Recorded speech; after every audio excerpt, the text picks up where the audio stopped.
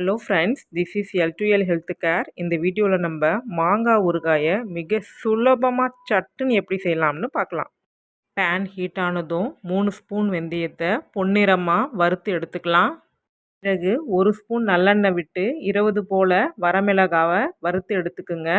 அதிலே தேவையான அளவுக்கு உப்பும் சேர்த்து லேசாக வறுத்து ஆஃப் பண்ணிடுங்க. ஆற விட்டு இது போல் மிக்சியில் அரைச்சி எடுத்துக்கலாம். இப்போ பேன் ஹீட் ஆனதும் 2 குழிக்கரண்டி நல்லெண்ணெய் விட்டு 1 ஸ்பூன் கடுகு போட்டு பொரிந்ததும் 1/2 ஸ்பூன் பெருங்காயம் 1/4 ஸ்பூன் மஞ்சள் தூளும் போட்டு ஸ்டவ் ஆஃப் பண்ணிடுங்க. இந்த ஹீட்லேயே அரைச்சி வச்சுருக்க மசாலாவை பவுடரையும் சேர்த்து ஒரு முறை கிளறி விட்டு சிறிய துண்டுகளாக கட் பண்ணி வச்சுருக்க மாங்காவையும் சேர்த்து நல்லா மிக்ஸ் பண்ணிடுக்குங்க. இதை ஆற விட்டு கிளாஸ் பாட்டிலில் ஸ்டோர் பண்ணி வச்சுக்குங்க.